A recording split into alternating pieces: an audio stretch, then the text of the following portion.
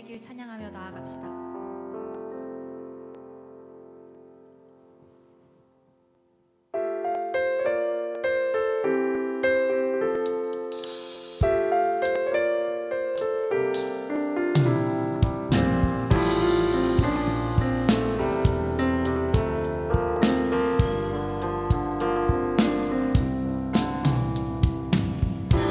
높은 곳에 계신 주님, 온맘 다해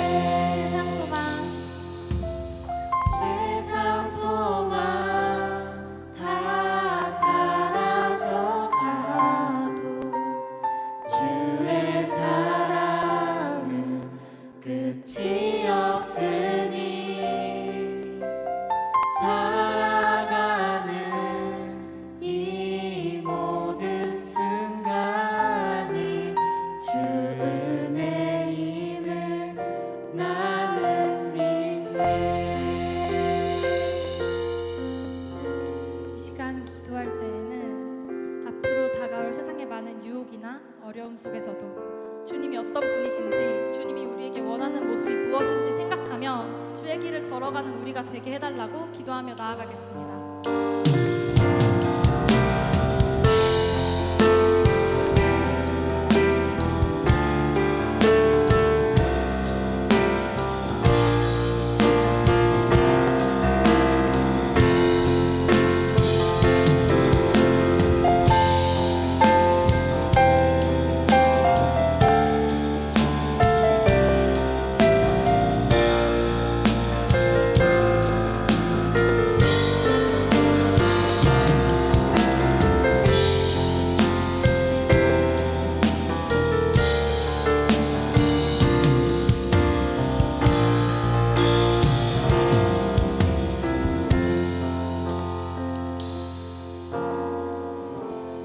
우리 사랑하는 고등부 친구들 안녕하십니까? 네, 오늘의 본문 함께 읽도록 하겠습니다. 오늘의 본문은 요한복음 21장 1절에서 14절의 말씀입니다. 우리 함께 한 목소리로 읽도록 할게요. 읽을 때 화면 너머에 있는 친구들도 목소리를 내서 읽어주시기 바랍니다. 시작하겠습니다. 시작.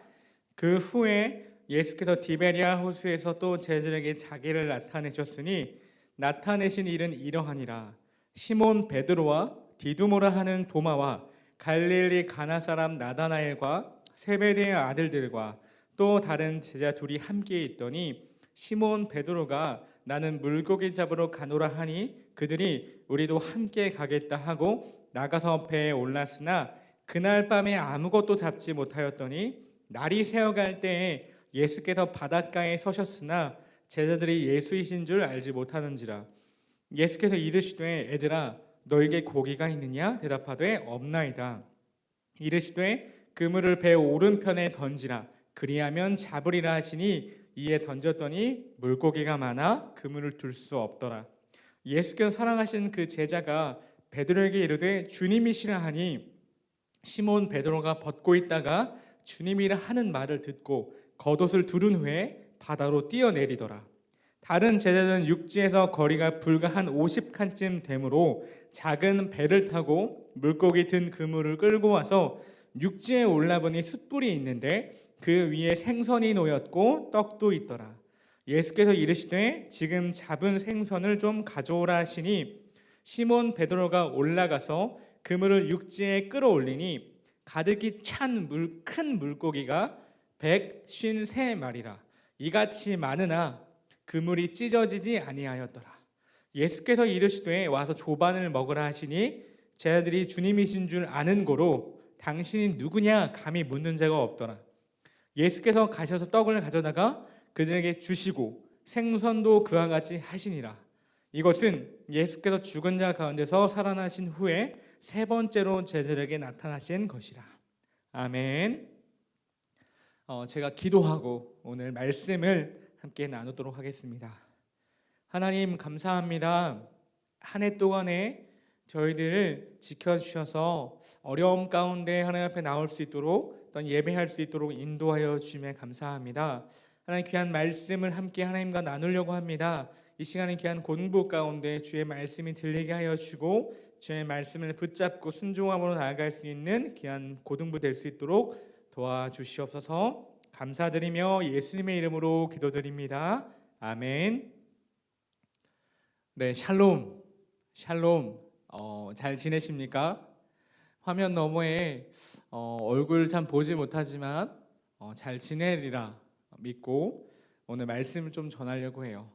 오늘의 말씀의 제목은 예수님의 힐링 캠프라는 제목으로 정해봤습니다. 여러분들 한국 사회에서 웰빙이라는 단어가 엄청나게 유행한 적이 있어요. 기억나시나요? 그래서 모든 것에 웰빙이라는 단어를 붙여서 사용했었어요. 광고에도 참 많이 쓰였었어요. 웰빙, 즉 잘 사는 것을 의미합니다.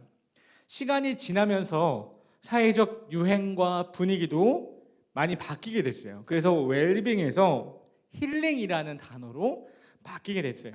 그리고 너도 나도 힐링을 외치면서 TV 프로그램에서는 힐링 캠프, 힐링 미팅, 힐링 천국 등의 힐링이라는 단어가 들어간 프로그램들이 우후죽순 생겨나고 엄청난 인기를 끈 적이 있습니다. 오늘 제가 여러분들과 함께 나누고 싶은 성경 본문의 말씀, 우리가 방금 읽었던 본문의 말씀, 요한복음 21장 1절에서 14절의 말씀인데, 이 본문을 통해서 오늘 예수님의 힐링 캠프에 저는 여러분들을 초대하고 싶습니다. 함께 우리 예수님의 힐링 캠프로 들어가 보도록 할까요? 오늘 우리가 읽은 이 본문의 배경을 좀 함께 나눠야 돼요. 우리 함께 읽은 본문 21장은요, 요한복음의 마지막 본문에 해당합니다. 예수님께서 십자가에 달리셔서 죽음을 경험하셨고, 요한복음 20장에서 부활하셔서 제자들에게 다시금 나타나시는 장면들이 이어지면서 21장에 이르러서 세 번째로 제자들에게 나타나시는 장면이에요. 그런데 말입니다, 우리 제자들이요, 예수님이 십자가에 잡히시던 밤에 어떻게 했는지 여러분 기억하고 계신가요? 우리 12제자들은 예수님과 3년 동안 동거동락했던, 내가 예수님을 따라가겠습니다, 제가 예수님의 제자입니다 라고 외쳤던 자들이죠. 근데 그 제자들이 어떻게 했죠? 그 예수님이 잡히시던 밤에 우리 마가복음 15장 50절을 함께 찾아서 읽어보도록 하겠습니다. 자막이 나옵니다. 함께 읽어볼게요. 시작. 제자들이 다 예수를 버리고 도망하니라. 예수님이 잡히시던 때에 모든 제자들이 다 너나 할 것 없이 다 예수님을 버리고 도망쳤어요. 그 중에는요, 내가 예수님을 절대 부인하지 않겠습니다, 제가 어떻게 예수님을 부인하겠습니까? 라고 호언장담했던 예수님의 수제자 우리 베드로 형님도 있었어요. 근데 우리 베드로 형님은 어떻게 했죠? 그 십자가에 잡히시고 나서 3번이나 예수님을 부인했습니다. 아닙니다, 전 예수님의 제자가 아닙니다, 아닙니다. 그렇게 3번 부인하고 예수님의 예언대로 닭이 울었습니다. 이 예수님의 12제자들은요, 보통 사람들이 아니었어요. 예수님과 3년 동안 동거동락하면서 매일 매순간을 함께 지내면서 예수님의 기적들을, 또한 예수님의 놀라운 것들을 경험한 자들이에요. 체험한 자들이죠. 그런데 그들이 모두가 예수님을 배반하고 도망치게 됩니다. 그 도망간 채로 예수님의 십자가의 사건을 지켜보았고, 예수님의 십자가에서 죽으신 이후에 아리마대 사람 요셉에 의해서 예수님은 무덤에 안장되게 되십니다. 그리고 요한복음 20장에 이르러 예수님의 부활 사건이 나타나게 되는 거죠. 부활하시고 가장 먼저 제자들에게 나타나신 것입니다. 이런 배경 속에서 우리가 오늘 읽은 요한복음 21장 1절 14절의 말씀을 다시 봐야 돼요. 그 제자들은요, 예수님을 배반하고 배신하고 다 도망간 상태예요. 그리고 그런 제자들 앞에 예수님께서 부활하셔서 나타나신 거죠. 이러한 배경이 오늘 본문의 그 전 배경의 모습입니다. 우리 1에서 3절 다시 한번 읽어보겠습니다. 시작. 그 후에 예수께서 디베리아 호수에서 또 제자들에게 자기를 나타내셨으니 나타내신 일은 이러하니라. 1절에서 디베리아 호수, 갈릴리 바다라고 불립니다. 그 디베리아 호수에서 제자들에게 나타나셨어요. 이 나타난다는 표현이 그냥 짠 하고 나타난다는 표현보다는 헬라어 원문을 통해 보면 예수님이 그리스도이심을 보여주는 단어라고 제가 지난주 설교 때 아마 말씀드렸을 거예요. 좀 약간 특별한 단어입니다. 나타내다. 예수님이 하나님의 아들이시고 우리의 구원자 되심을 보여주는 단어예요. 다시금 그 제자들에게 그런 식으로 나타나신 거예요. 2절, 시몬 베드로와 디도모로 하는 도마와 갈릴리 가나 사람 나다나엘과 세베대의 아들들과 또 다른 제자 둘이 함께 있더니 3절, 시몬 베드로가 나는 물고기 잡으러 가노라 하니 그들이 우리도 함께 가겠다 하고 나가서 배에 올랐으나 그날 밤에 아무것도 잡지 못하였더라. 예수님의 제자로 살기 이전에 우리 베드로 형님의 직업은 뭐였습니까? 네, 사람을 낚는 어부가 아니라 물고기를 낚는 어부였어요. 예수님을 배반하고 다 도망간 제자들, 그 중에 많은 이들의 직업이 어부였어요.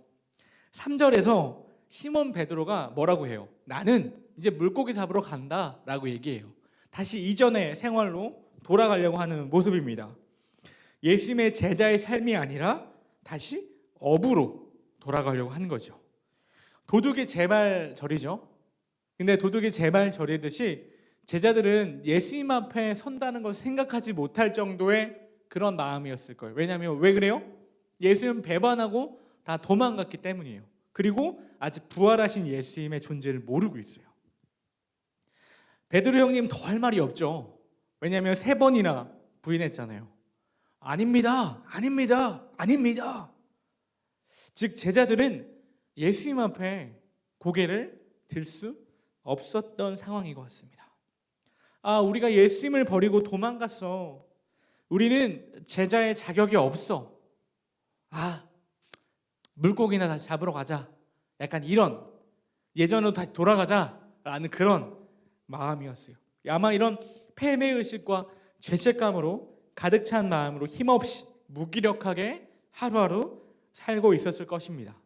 그리고 그렇게 물고기를 잡으려고 하는 그 순간에 다시 예수님께서 그들을 찾아가셨고 다시 그들에게 보여주려고 하십니다.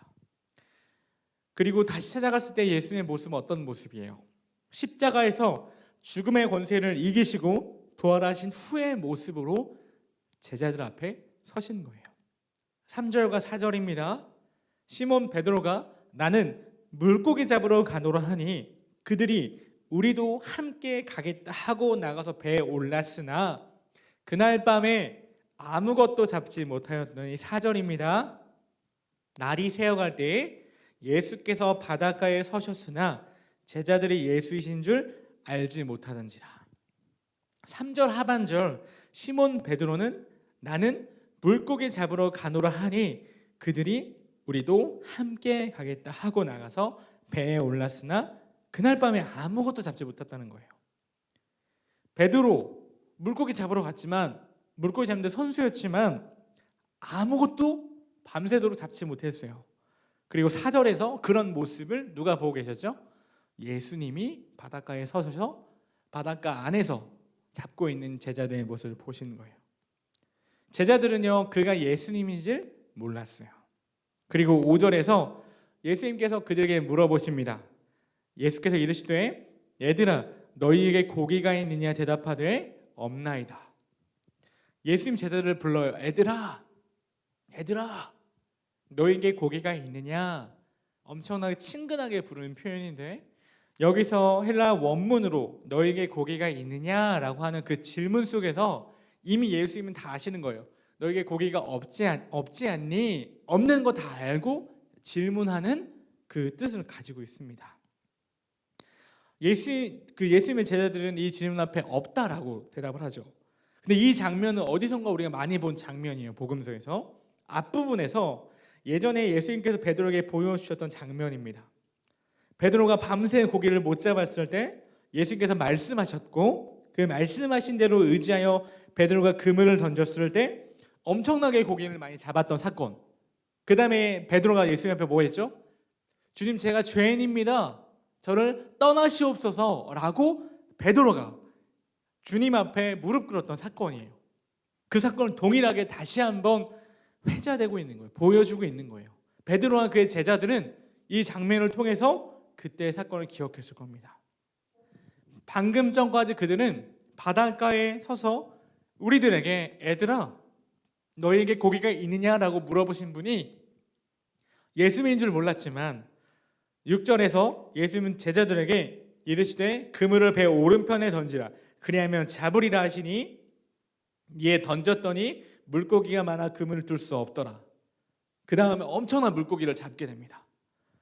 그들 중에 한 사람이 베드로에게 저분은 주님이야 주님이시여라고 외치고 죽은 줄 알았던 그들에게 리더였던 그들이 따르고 따랐던 예수님이라는 사실을 들은 베드로는 역시 급한 성격의 소유자처럼 7절입니다. 예수께서 사랑하신 그 제자가 베드로에게 이르되 주님이시라 하니 시몬 베드로가 벗고 있다가 주님이라 하는 말을 듣고 겉옷을 두른 후에 바다로 뛰어 내리더라. 바다로 뛰어 내리더라. 역시 우리 베드로 급해요. 바로 이때 8절을 보시면 그 거리가 바닷가와 그 배 거리가 약 50칸쯤 된다고 합니다. 이거를 지금의 이제 단위로 바꾸면 약 90m 되는데 그 90m를 바로 바다에 뛰어들어서 예수님을 보려고 달려온 거죠. 급하긴 급했나 봐요. 그런데 여기에서부터 놀라운 사건, 놀라운 장면이 시작됩니다. 육지에 도착한 제자들이 아마 깜짝 놀랐을 건데 우리 9절 한번 읽어보겠습니다.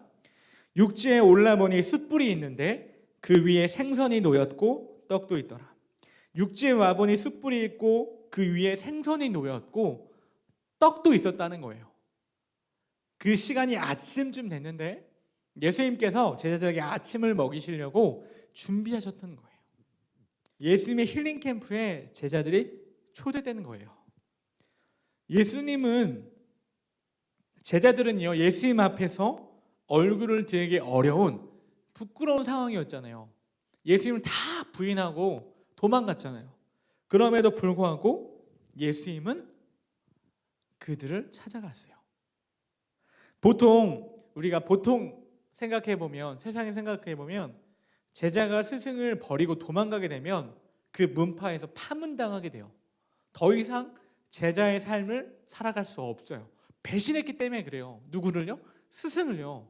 그거는 뭐 말도 할 수 없는 그런 일이죠. 그런데 예수님은 그런 제자들을 끝까지 사랑하셔서 그들을 품에 안으셨습니다. 그런 제자들에게 다시 찾아가신 거예요, 예수님이. 우리 12절, 14절의 말씀 읽어볼게요. 시작. 예수께서 이르시되 와서 조반을 먹으라 하시니 제자들이 주님이신 줄 아는 고로 당신이 누구냐 감히 묻는 자가 없더라. 예수께서 가셔서 떡을 가져다가 그들에게 주시고 생선도 그와 같이 하시니라.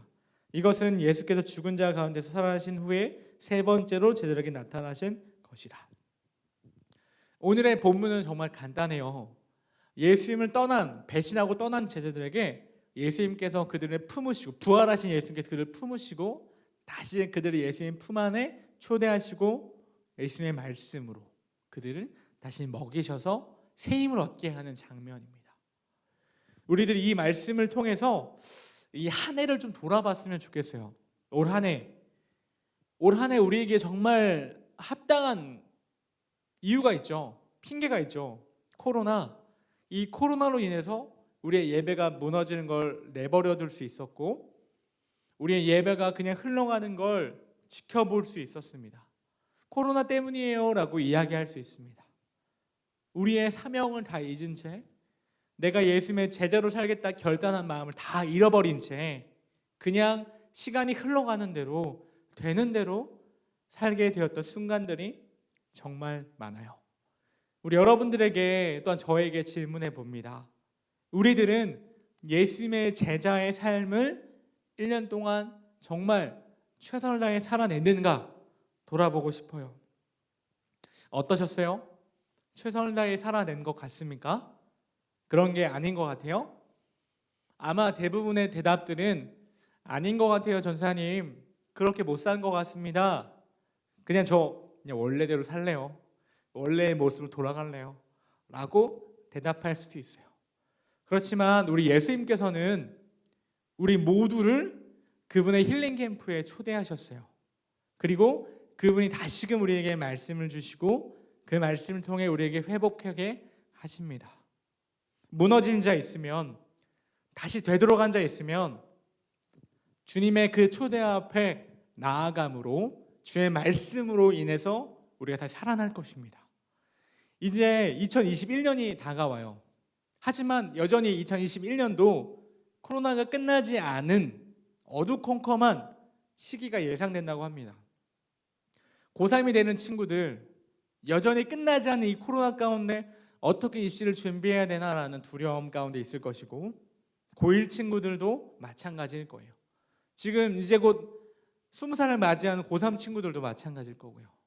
하지만 그럼에도 불구하고 예수님의 힐링 캠프의 초대됨으로 예수님의 힐링을 통해 우리가 다시 살아나기를 소망합니다. 그러면 주의 말씀을 의지하고 주의 말씀 앞에 순종함으로 우리가 나아가야 합니다. 올 한 해 돌아보면서 이 말씀을 통해 내 삶을 돌아보면서 다가올 한 해 가운데는 더욱더 주님의 말씀 앞에 순종하고 주의 말씀 앞에 나아갈 수 있는 우리 귀한 고등부가 되기를 소망합니다. 아멘, 아멘. 제가 기도하고 오늘 말씀을 마치도록 하겠습니다. 하나님 감사합니다. 우리가 예수님의 제자로서의 삶에 실패했습니다. 살고자 결단하고 나아갔지만 상황과 환경의 어려움으로 포기하고 도망쳤습니다. 제자의 자격이 하나도 없습니다.